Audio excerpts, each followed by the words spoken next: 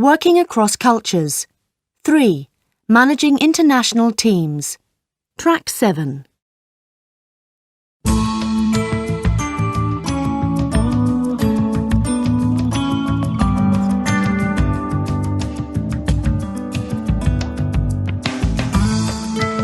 Good evening and welcome to another edition of Business Time with me, Steve Langley. On tonight's programme, we'll be talking about managing and working in international teams from a cultural perspective. I'm joined by tonight's guests Julie D'Angelo, business psychologist and author of the best-selling book Business in Mind, and an old friend of the programme and cultural expert, Dale Hawkins. Hello, Julie, and welcome back, Dale. Hello, Steve, and thank you for having me. Hello again, Steve. Well, I guess we should start by saying that international team working is becoming increasingly common, not only with teams of mixed nationalities in the same location, but also in virtual teams. This could involve a group of individuals based all over the world who rarely communicate face-to-face. Businesses really need to think about the potential problems as well as benefits attached to this way of working. Could I ask you both, what are the important points to consider when putting together or working with international teams? Julie. Well, Steve, one thing to bear in mind right at the start is actually the way a team is seen in different cultures. In some parts of the world, a team is composed of so-called specialists, each with clearly defined roles and responsibilities. Whereas in other cultures, individual roles are much less clearly defined and responsibility is shared. Interesting. Yes, that's right. And of course, whether team members expect tasks to be very clearly set out by the manager or team leader, or if team members are expected to use their own initiative. This means there may be very different ideas about roles and attitudes to things like empowerment. I see. But how could this cause problems? Well, for example, the competitive nature of some teams may mean giving individuals praise for particular things they've done. This is a recognised way of motivating people. However, in a more collective culture, praising an individual may be less acceptable, as it's felt that the whole team takes either the praise or the blame for things. There may also be another difference, as some cultures tend to give financial rewards for achievement, whereas others value loyalty more highly. Yes, Del, in more collective cultures, asking for assistance or seeking advice from another team member, whether you truly need it or not, is a way to build team spirit, solidarity and unity.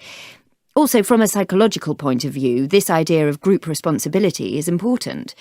In some cultures, a team member with a problem will consult another colleague for advice or assistance, whereas in other cultures, they will go straight to their boss. Working across cultures. 3. Managing international teams. Track 8.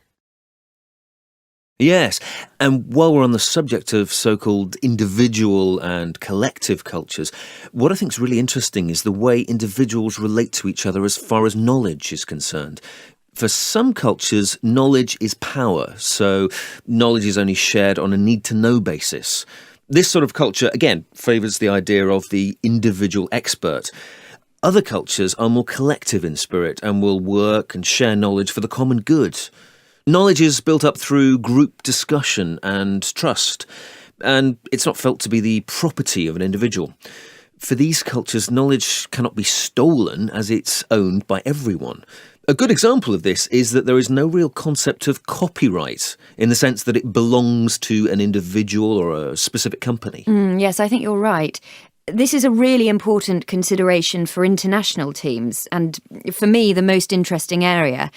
There's also a group of cultures which operate at the level of mutual debt, which is the idea of an exchange. What this means is one person will give information if someone does something for them in return. You know, I'll scratch your back if you scratch mine. Knowledge here confirms someone's status and is not readily shared. It's elitist in the sense that to benefit from knowledge, people will need to be part of the same network. Working across cultures.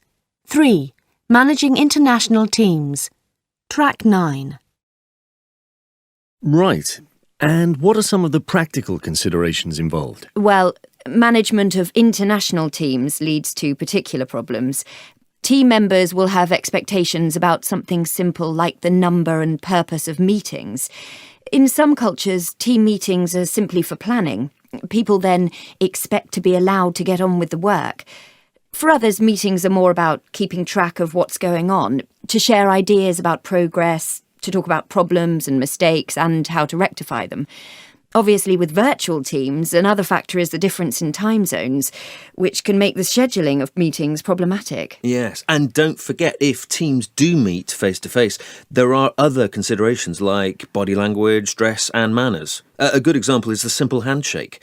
This can be very different from culture to culture, with different connotations and meanings. Should you look the person in the eye? How firm should the handshake be? In some cultures, a firm handshake while maintaining eye contact is seen as a sign of trustworthiness and sincerity, whereas in other cultures it can be seen as challenging and over-assertive. Thanks very much, Dale. You've really given us something to think about. So, Julie, moving on. Can I ask you about the sort of training which would help to implement